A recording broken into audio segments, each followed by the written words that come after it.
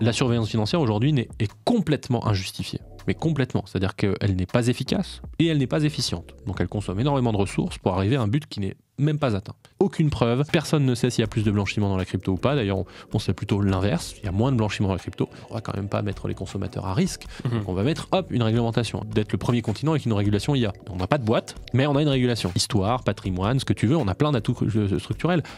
On n'en fait rien parce qu'on passe notre temps à avoir des règlements. Mais c'est pas que sur la finance. Pour moi, les politiciens se refilent la patate chaude. Ils veulent pas prendre de décisions difficiles.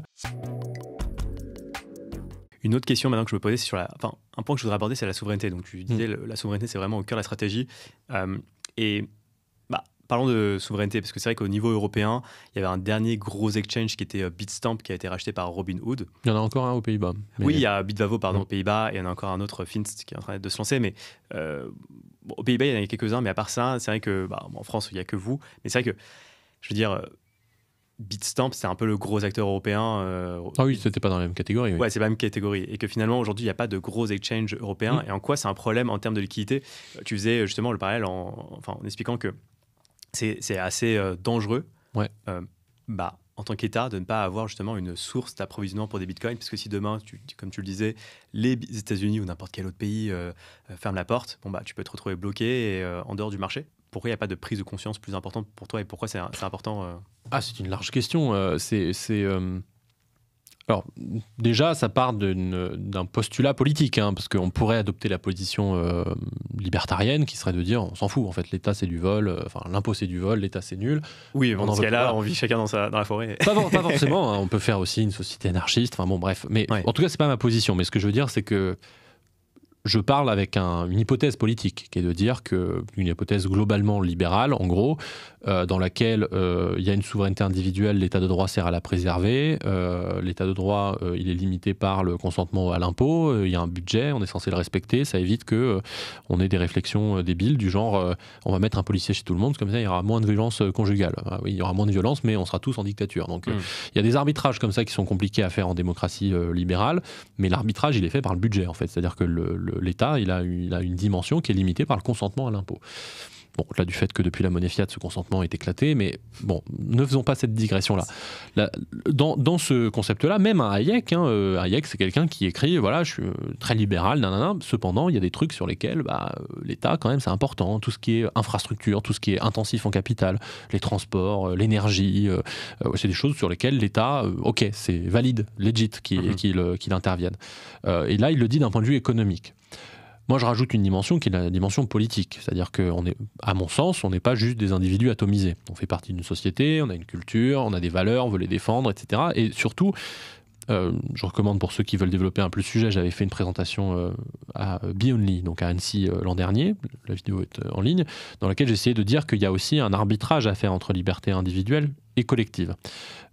Souvent, l'écueil du libéralisme, en tout cas du libertarianisme, c'est de considérer que la liberté individuelle est maximale et que donc tout ce qui vient la contraindre est nécessairement néfaste. À l'inverse, dans le système opposé, on est dans le collectivisme, qui n'est pas génial, bref, qui n'a jamais marché en 100 ans, ou que ce soit qu'on le teste. Donc le libéralisme, c'est aussi de dire, oui, certes, on peut être libre individuellement, tout le propos que je tiens dans ma conférence, c'est de dire, mais ça veut dire quoi libre? Parce que libre au sens athénien du 5e siècle avant Jésus-Christ, ça veut dire 10% de la population qui vote, le reste c'est des esclaves et des gens qui n'ont pas le droit de voter. C'est pas le plus libre du monde. Le problème, c'est que si vous voulez être pertinent sur toutes les décisions, et donc vous manifestez, délibérez, votez, en fait ça prend du temps. Et vous pouvez pas juste dire by the way j'adore le nucléaire, l'autre jour j'ai lu un livre dessus donc je suis un expert. Non, ça marche pas comme ça. Et donc dans ce système-là qui est la démocratie directe, le prix à payer, c'est qu'en fait, il y a une partie des gens qui doivent travailler pour les autres. Sinon, ils bouffent pas. Donc, à un moment donné, ça se passe comme ça. Quand on est passé à l'ère moderne, on a fait le compromis inverse. C'est tout le discours de Benjamin Constant sur la liberté des modernes et celle des anciens, où il dit, dans la liberté des modernes, en fait, on fait de la démocratie représentative. On va élire des gens qui sont payés pour travailler des sujets, etc., nous représenter, ce qui permet aux gens de se libérer du temps. non seulement pour faire des activités qu'on fait parce qu'il n'y a plus d'esclaves, donc il faut quand même pouvoir bouffer, et deuxièmement pour se préserver sur chacun son objectif de vie qui est différent. Donc il faut que chacun puisse avoir sa maison pour asile, disait Montesquieu, mais en tout cas son objectif de vie personnel dans lequel il peut se développer.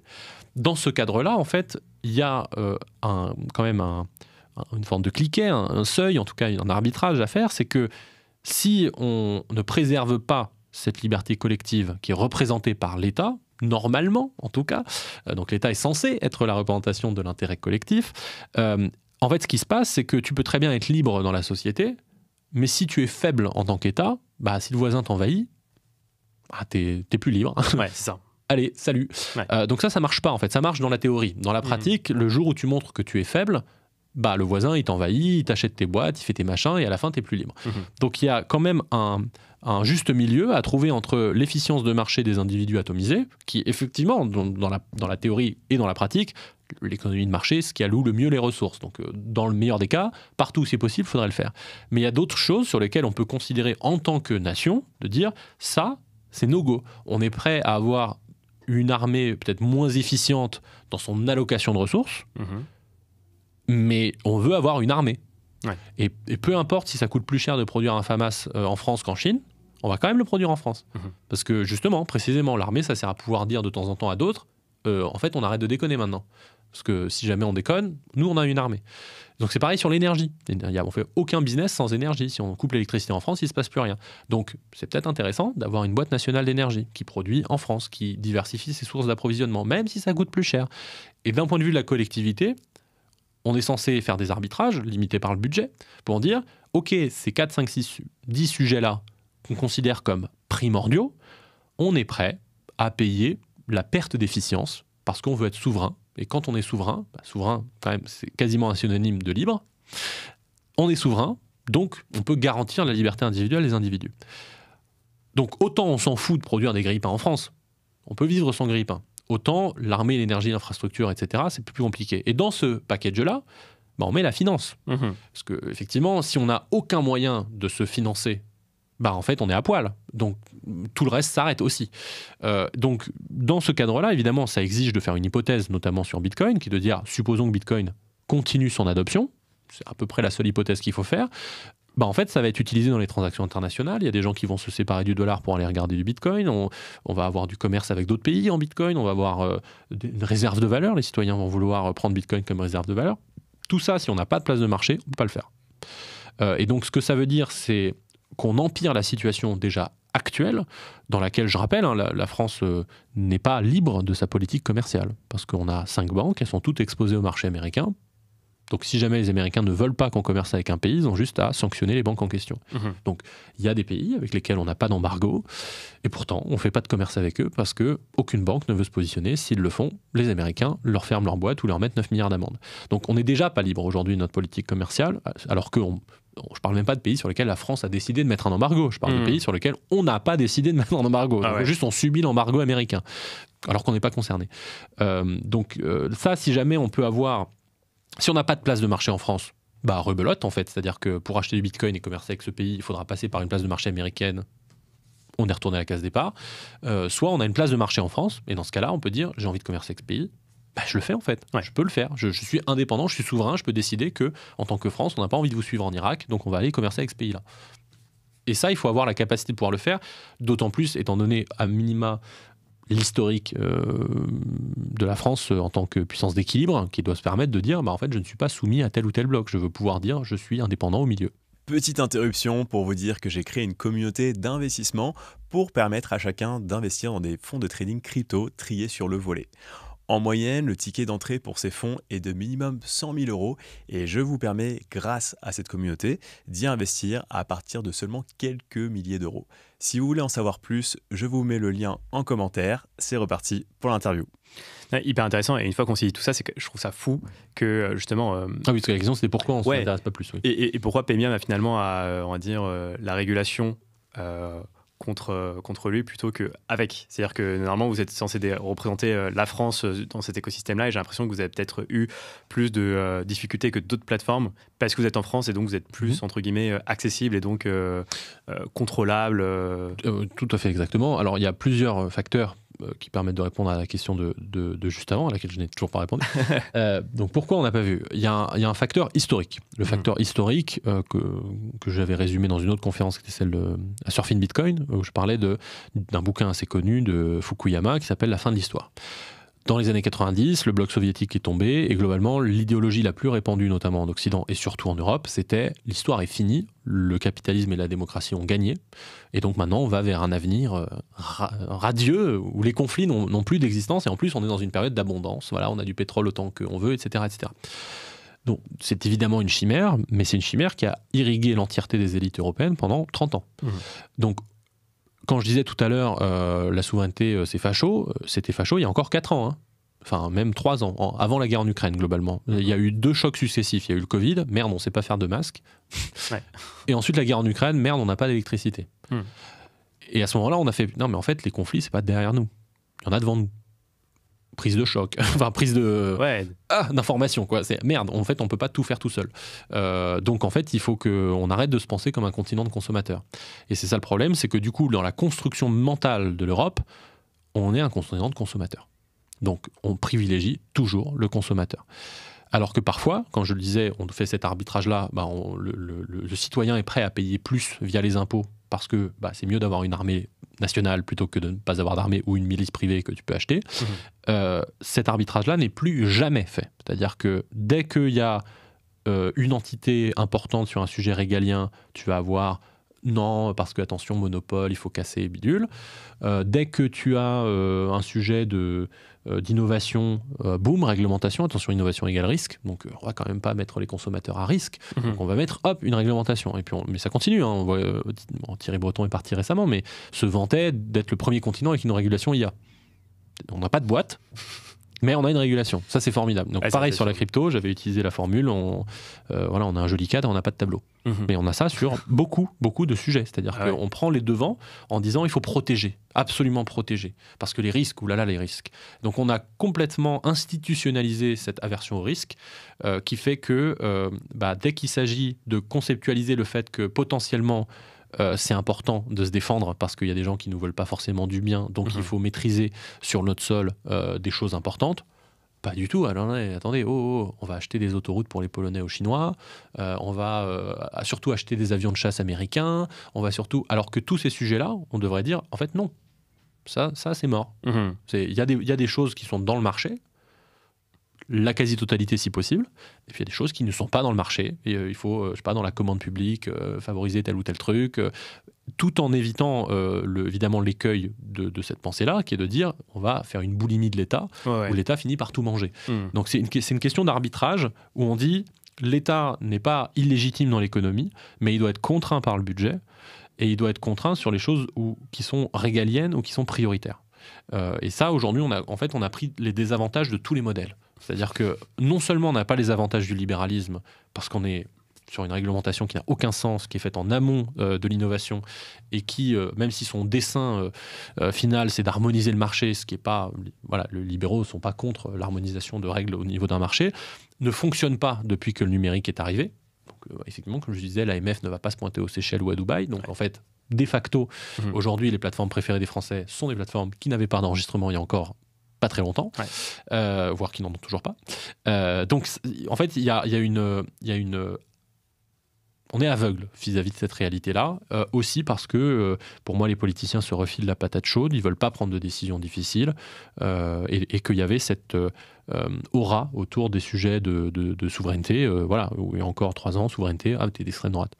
Qui est complètement con, mais c'était le cas. Donc voilà, c'est un entremêlement de plein de raisons, mais qui font qu'effectivement, par rapport à des acteurs étrangers, comme je le disais, voilà, le droit au compte n'est pas respecté. Bon. Hyper intéressant. Si demain tu devais changer quelques points de la réglementation, ce serait quoi les points prioritaires par rapport à la réglementation crypto il y en a plein. Alors, le premier point que je changerais n'est pas un point de fond, n'est pas un point de fond au sens, c'est pas dans le texte, c'est un point de timing. C'est que, en fait, la réglementation qui a été pondue à 90%, elle n'est pas délirante, mais elle n'est pas délirante dans 10 ans. Quand l'industrie est mature, qu'il y a des boîtes qu'on puisse faire, etc. Ouais. Là, ce qui s'est passé, c'est que dans la tendance, dans le déroulé des événements, en fait, il y a des gens qui n'ont pas joué le jeu. Parce que la première mouture de la réglementation française par la loi Pacte, pour moi, elle est arrivée trop tôt, mais au moins, il y avait un côté, on vous donne une visibilité, parce que par exemple, les États-Unis n'ont pas de visibilité, ils font de la régulation par enforcement, ils attaquent les boîtes. Donc ça, c'est chiant pour les Américains, moins chiant pour les Français, mais on ne va pas tout de suite vous imposer toutes ces contraintes-là. On va d'abord passer par un régime d'enregistrement dans lequel on vous demande juste le bare minimum. On vous dit, on veut un enregistrement TRACFIN, vous nous filez des informations de blanchiment, on verra plus tard pour les assureurs, la cybersécurité, machin, mais au moins vous avez une trend. Vous avez d'abord ça, et ensuite vous avez ça demain, et il faut vous développer vers ça. Le problème, c'est que c'est arrivé en 2018. Alors, 2018, autant te dire qu'il n'y avait pas grand-chose. Donc en fait, ça veut dire que toute personne qui voulait opérer sur le marché français, elle arrivait 2 geeks dans un garage, on disait, vous êtes gentil, il vous faut 500 000 balles de conformité. Ouais. Bon, compliqué. Ouais. Donc il y a un problème de timing qui est important. Ouais. Après, dans le fond, il y a un problème aussi de nature de ce qui est demandé, des choses avec lesquelles je suis en entier désaccord, mais bon, du Relex et de l'ex, comme on dit, qui relève de la surveillance financière, en fait, tout simplement. C'est qu'aujourd'hui, c'est l'objet de tout le livre que j'ai écrit sur le sujet, donc les dérives de la surveillance financière, qui est sur mon Medium aussi pour ceux qui le veulent gratuitement. Le problème, c'est que il y a une hystérie autour du sujet, notamment du terrorisme, de la pédopornographie, du blanchiment, etc., qui fait qu'en fait, quand on analyse 30 secondes la surveillance financière dans son entièreté, je ne parle pas juste des cryptos, mais on y arrive aux cryptos juste après, la surveillance financière aujourd'hui est complètement injustifiée. Mais complètement. C'est-à-dire qu'elle n'est pas efficace et elle n'est pas efficiente. Donc elle consomme énormément de ressources pour arriver à un but qui n'est même pas atteint. Accessoirement, c'est fait de manière non démocratique, puisque c'est imposé par notamment le GAFI, qui n'est absolument élu par personne, que le GAFI n'est pas soumis aux contraintes de respect des droits fondamentaux. Donc, typiquement, il y a énormément de règles, ou en tout cas de guidelines que donne le GAFI qui ne sont pas conformes à la Charte européenne des droits de l'homme. Mais on le met quand même dans le droit européen sans étude d'impact, ce qui accessoirement n'est pas légal. Donc, en fait, dans le processus législatif dans son entièreté, il y a maintenant 6 lois, donc il y a 6 directives d'anti-money laundering qui sont passées, la dernière étant votée en début d'année 2024, enfin en avril-mai, je ne sais plus, dans ces eaux-là, la plupart, en fait, ne passeraient pas la première étape du processus législatif normal, c'est-à-dire la proportionnalité. Est-ce que ce truc-là a une base légale nécessaire, a des moyens qui correspondent, est efficace, et est-ce qu'on fait une analyse d'impact? Pour les TFR, MICA, il n'y a rien qui a été fait, rien. Il y a un paragraphe proportionnalité, tout le reste n'a pas été fait. Le paragraphe proportionnalité, il dit quoi? Il dit, selon une étude je crois que c'est de l'autorité bancaire européenne, je ne sais plus exactement, mais en tout cas d'une autorité de régulation, eh bien c'est risqué. Donc let's go. Finalement, c'est risqué, donc allons-y. Et en fait, quand tu lis cette étude, l'étude, elle dit 2 choses. Elle dit, 1, l'autorité de régulation n'a pas les moyens ni les compétences pour analyser si c'est risqué. Noir sur blanc, hein, c'est écrit comme ça. Et 2, on vous renvoie à une autre étude qui date de 2014. En 2014, autant te dire que, encore une fois, il n'y avait pas Ledger, il y avait... Et donc cette étude de 2014, verbatim, quasi à la lettre, un truc du genre, oui, finalement, c'est pas si nouveau que ça, les cryptos, parce que c'est un peu comme des miles Air France, quoi. Voilà. Et ça te suffit pour faire ta proportionnalité d'un texte qui va te demander de surveiller l'entièreté des transactions de tous les Européens dès le premier euro. Ça n'a aucun sens. Ça n'a aucun sens. Quand en plus tu rajoutes la partie efficacité, c'est-à-dire est-ce qu'on atteint notre objectif, est-ce qu'à la fin il y a des gens qui sont en tôle parce qu'ils blanchissent de l'argent? Bah non. À la fin, en gros, sur les études un peu méta-analyse, parce que accessoirement il y a très peu d'études sur le sujet, ce qui n'est pas normal, en fait tu obtiens des chiffres qui sont autour de 0,05% d'efficacité, c'est-à-dire on récupère 0,05% de l'argent blanchi du crime grâce à ces process-là d'identification, machin. Alors même qu'en Europe, on est dans une situation absurde dans laquelle le profit total du crime, c'est 110 milliards par an. Les coûts de conformité pour les acteurs privés, uniquement, même pas publics, c'est 144 milliards, donc c'est supérieur. C'est-à-dire que même si on récupérait 100% des fonds, ce serait toujours pas efficient. C'est absurde. Et tout ça, le prix à payer, c'est usurpation d'identité, pot de miel pour hackers, perte de vie privée, qui est un droit fondamental, non-respect des libertés fondamentales, avec des cas complètement absurdes. Par exemple, imagine, tu viens en Europe pour avoir le droit d'asile, parce que tu es issu d'un pays qui oppresse, ou en guerre, ou qui oppresse des minorités, ou je ne sais quoi. Tu arrives en Europe, tu as le droit d'asile. Tu es donc protégé. Tu es là. Donc, pour vivre en Europe, tu vas ouvrir un compte bancaire. Eh ben non. Ben non, puisque tu es issu d'un pays à risque. C'est absurde. C'est absurde. T'es là, genre, tu peux pas t'intégrer à l'économie parce que globalement, sans compte bancaire aujourd'hui, c'est compliqué. Notamment en France, il faut un compte bancaire, c'est obligatoire par la loi, sinon tu ne peux pas toucher ton salaire au-dessus de 1500 €, donc en gros le SMIC à peu près. Donc tu arrives en France, tu as ton droit d'asile, tu es protégé, mais tu n'as pas accès à l'économie, tu n'as pas accès à l'insertion sociale. Pourquoi ? Parce que en fait, tu as un passeport, tu viens du mauvais endroit. Et c'est tout, point, tu n'as rien fait de mal. Hein. Tout ça parce qu'il y a des contraintes sur lesquelles le régulateur, en règle générale, le fait avec... se dédouane en fait, il dit aux acteurs bancaires notamment, faites une analyse de risque et après vous faites une approche par les risques. Donc voilà, s'il y a un problème, ce sera votre faute. Donc évidemment, comme les acteurs bancaires ne veulent pas prendre de risques, dès qu'il y a un truc qui début de commencement d'un risque, là, cette personne vient du Kazakhstan, c'est mort. Pas plus de recherche que ça. Ouais. Donc on est dans une situation qui est effectivement hyper contraignante, dont j'enlèverais plein de choses. Hein, parce que c'était ça ta question originale. Par exemple, effectivement, il y a dans cette dernière directive anti-blanchiment, il y a un addendum spécial pour les prestataires de services cryptoactifs. C'est-à-dire qu'on leur dit, vous devez surveiller toutes les transactions sortantes sur des portefeuilles non hébergés à partir de 1 €. Donc en gros, à partir de rien, toutes les transactions. C'est infaisable, hein, concrètement. D'ailleurs, aujourd'hui, tout le monde est en PLS détresse parce que ce n'est pas faisable, pratiquement. Et il y a un truc qui dit, les banques en seront exonérées. Les banques, elles ont 1 000 €, elles ont un seuil. En dessous, elles s'en foutent. Voilà. Pourquoi ? Je ne sais pas. C'est un secteur qui a 15 ans, qui est immature. Il n'y a quasiment pas d'acteurs sur le sol européen. Mais on y va. Aucune preuve. Personne ne sait s'il y a plus de blanchiment dans la crypto ou pas. D'ailleurs, on sait plutôt l'inverse. Il y a moins de blanchiment dans la crypto. Tout ça n'est pas rationnel. Et comme on est dans un délire qui s'auto-entretient, que personne ne vérifie jamais, parce qu'il existe des tests de droit, hein, des tests bien faites, qui disent à la fin, mais attendez, what the fuck en fait, le GAFI n'a pas de légitimité démocratique, il ne respecte pas les droits fondamentaux, donc en fait on arrête ces conneries. Tout ça n'est absolument pas écouté. On continue, tous les ans, on empile des règlements pour dire, ah attendez, le prochain, on a demandé MiCA 2 en Europe, avant que MiCA 1 soit en place. Hein. C'est ce qu'il faut. Ouais. Donc il n'y a pas d'étude d'impact, il n'y a rien. Il faut que les gens se rendent compte, c'est absurde. C'est un niveau d'absurdité total. Non, mais c'est fou. Et je sais pas, moi je dis, soit il faut, qu'il y a une vraie dissonance entre les personnes qui font les règles et la vraie vie. Et tu te dis, est-ce que la solution c'est que ce soit des IA qui fassent les règles ? Alors je sais pas si c'est vraiment une solution, mais bon. Je crois pas, non. Non, la solution ce serait d'avoir cet électrochoc culturel qui est de dire, en fait, un continent qui est averse au risque, il va à la mort en fait. C'est tout. On va être condamné à En fait, on va se conceptualiser comme unique consommateur pendant combien de temps ? Le temps que l'argent magique existe. Le jour où c'est fini, il n'y a plus rien. Il n'y aura plus de soupape. Il n'y a plus de soupape, il n'y a pas de production industrielle.